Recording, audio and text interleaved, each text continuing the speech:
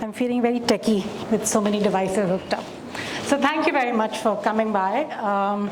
I'm a cognitive neuroscientist by training, and I've been interested in trying to bring some of our understanding of how the brain learns to the world of learning and education.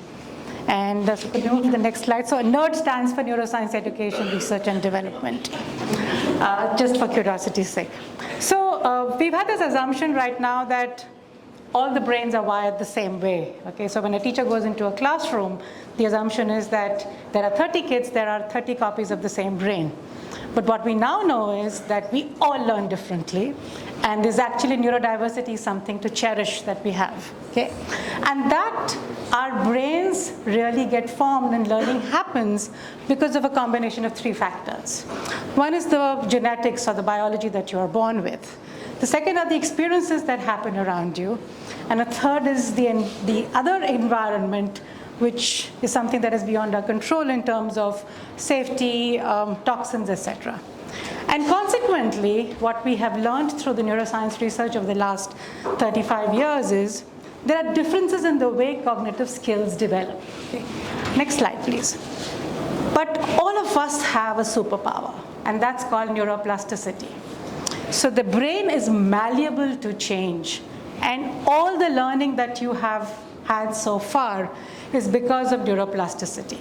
So essentially, from the experiences that are provided from the environment, connections within different neurons change, and that forms pathways for learning. Okay? So it's just like you go to the gym to train, you similarly train the brain like a muscle. Okay?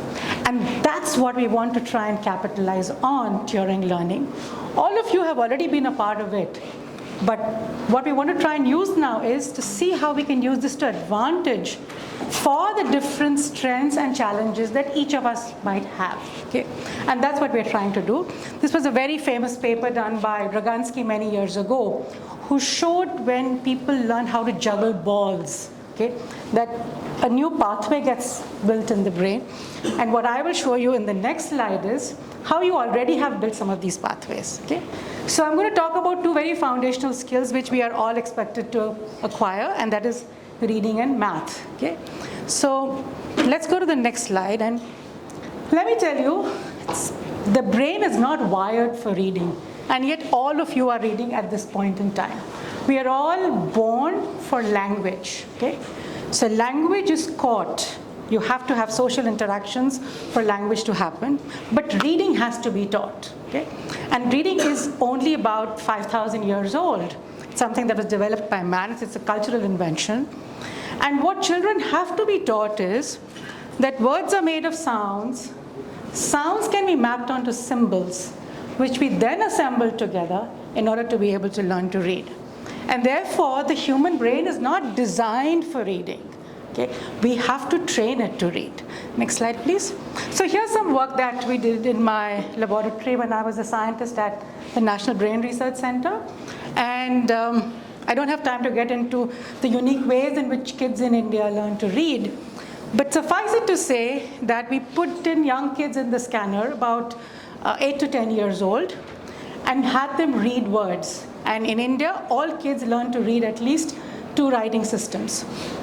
So what I want you to realize is the different areas of the brain that get mapped actually told us that in order to be able to learn to read, you have to have vision, not surprising.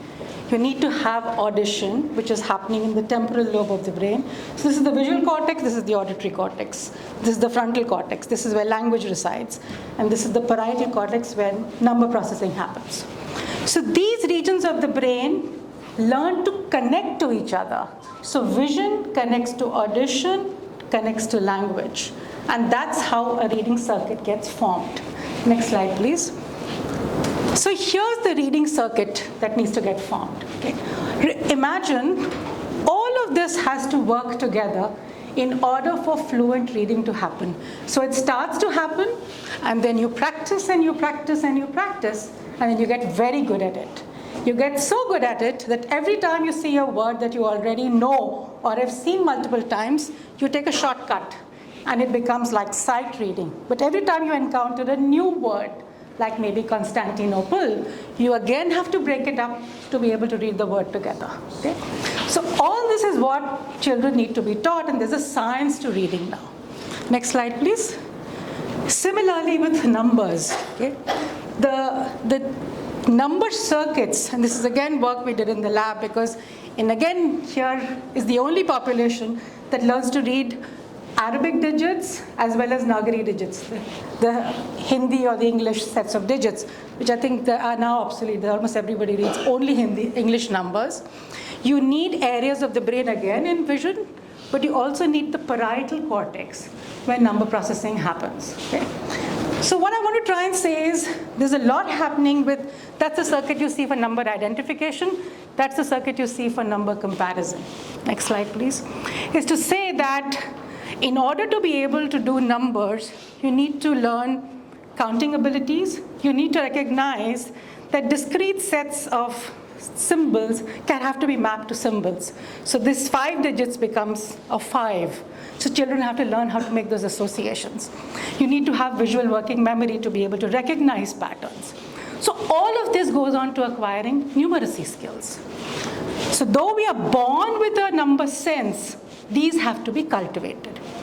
So now that we know how these processes happen, you want to be able to make sure that every child is learning all these processes to be able to develop efficient numeracy and reading skills, because all of future learning is going to depend on that very strongly. So that's why we created CLASS. Okay?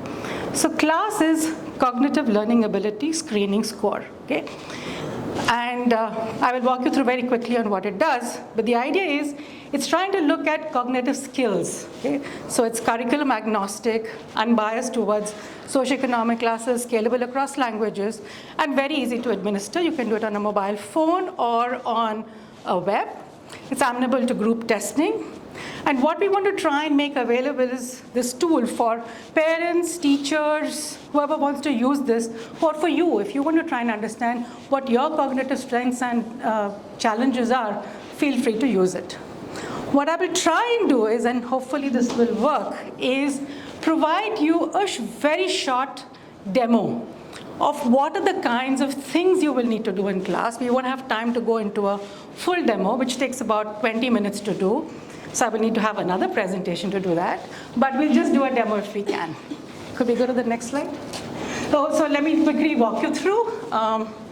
So if you go back, so these are the different domains that are covered in class. So if you actually do the full tool, you will do subitization, magnitude estimation, geometric awareness, all of these. And based on the age of the child or the grade of the child, the requisite set of tasks will be made available. So clearly a grade 1 kid will not be expected to do oral word problems, but a grade 8 kid will be expected to do oral word problems. Next slide, please. Similarly, for literacy, you would have a set of tasks which go across different domains. So oral language and sound awareness is something we would expect grade 1 kids to have. Word knowledge is still developing. We would expect them to have letter awareness. But a person who's in about grade 8 would certainly expect it to have reading comprehension. An important fact to keep in mind here, since we've been talking so much about WHO, there's now a new index that's being talked about called learning poverty, which is the ability of the number of kids who are able to read and comprehend a text by age 10. And it's scary that learning poverty for India is 70%. 70% of kids cannot read and understand a text till the age of 10 in any language. So we really need to do something about it. And finally, working memory, something which is, I'm afraid, taken for granted, but is critical in our everyday work. Okay? You need to be able to recall information just presented to you, both visually as well as auditorily. So this is an important ability that we need to cultivate in kids. So let's try and see if we can get a quick demo to work.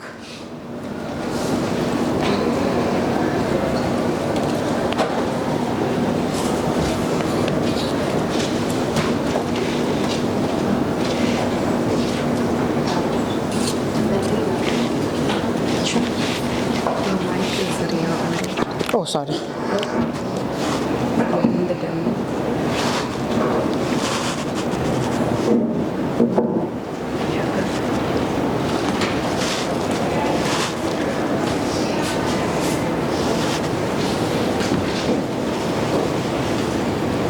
Anyway, in case it doesn't, you can take a screenshot of this and try it out yourself.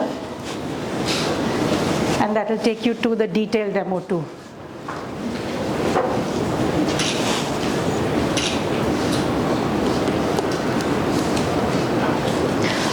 I love how at every presentation technology surprises me and tests my anxiety completely. Will it, won't it?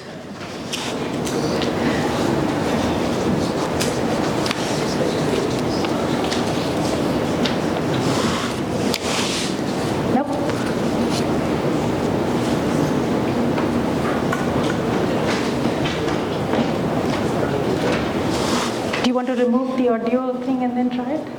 Last time we did that and it worked.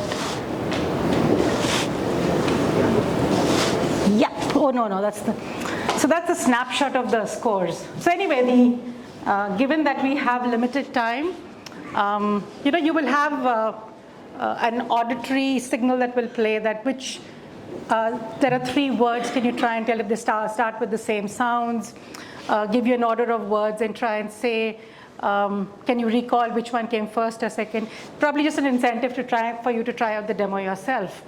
And then there's a plot that generates at the end of it, a spider plot, which will tell you what your strengths and challenges are. This is what you would get after a complete demo that's been done for it might take about 20 minutes. And it's okay, let's just come to this and finish up. And so you can get an idea about which skills might need work. And so now there are a couple of schools in different parts of India who are trying to use this for their entire classroom. And we're trying to see if we can do universal screening to try and identify early on what children might need. Okay? And there are also places where people are beginning to want to use this to benchmark whether the requirements of a classroom are. Could we just go to the next slide? How are we doing on time? We have 5 more minutes. Oh, if wonderful. You want to use it for interactions, or you want to. Well, we'll the way take. you want to use it is up to me. Okay. So if the demo doesn't work, then of course I'd like to use it for interactions. But one option is maybe we can just open Google and type in the link there and see if that works. Yeah, sure. So thank you very much. That's really the gist of what I wanted to talk about. Thanks a lot. Any questions? So the first question shows my ignorance. Is Hindi a phonetic language? Oh yes, very phonetic. So English is not. So could you see a difference, what's going on? Oh yes. Particularly between learning English and learning Absolutely we do. So in Hindi, so Hindi is a phonetic language, but it's visually complex. Okay? So the visual spatial structures of Hindi are complex. So in Hindi you see that the pathways that you use to read all kinds of words are very similar, whereas in English you see distinct pathways for words that are phonetic versus which are non-phonetic. Okay? You see 2 distinct pathways. Hindi, every time you're trying to learn a new word also, you activate the same pathway. Whereas in English, when you encounter words that you've been reading for a long time, you use a shorter pathway, whereas in Hindi, when you're learning a new word, you use a longer pathway. But interestingly, we also see that in Hindi that you see a lot of activation in the visual cortex. So much more in both hemispheres vis-a-vis English, where you see less of it, because you have to see a lot more, do a lot more visual spatial processing when you're reading Hindi. Kids learn to read the initial words of Hindi much faster than they do English. So it takes much longer to master English as compared to Hindi. Does it work? Oh yeah. So I'll use that 2 minutes to try this if you can.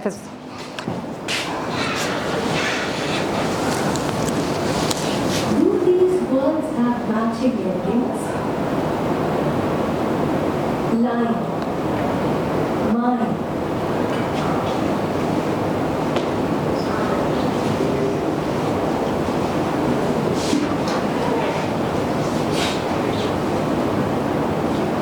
Oops, the sound is one of you.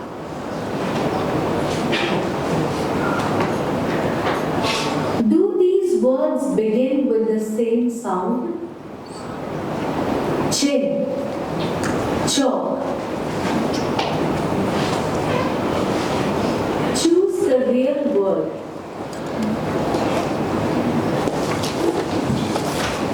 Choose the real word. Which group has 3 butterflies?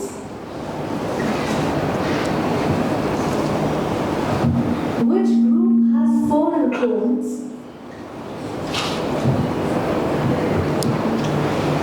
Choose the sign that correctly matches the picture.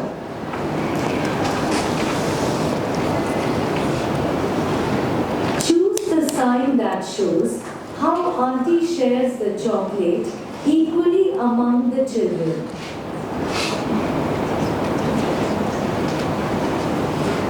Which doll is the same as the one on top?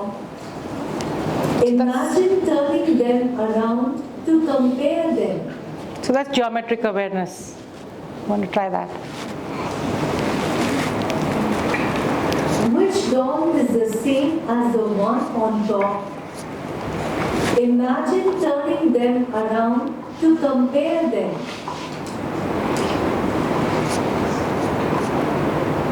Listen carefully. Try to remember the words in the correct order. Tree, triangle, train, tractor. Tree. Which object was named first? Train, tractor.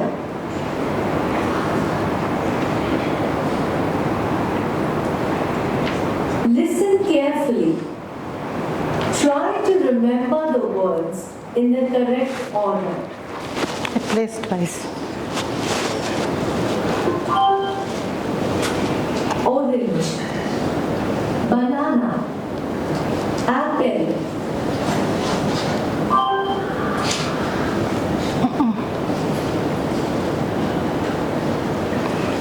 So that's the report that gets generated. So whatever's in green, you're doing okay, and whatever areas need help are outlined. And here you get the details of where your strengths might be and where your challenges might be. So thank you so much. Thank you very much, Nandhini. Wonderful. I know there are quite a few more questions, but I guess you need something to talk over dinner, so I'll leave it for that. So thanks a lot. Remove this.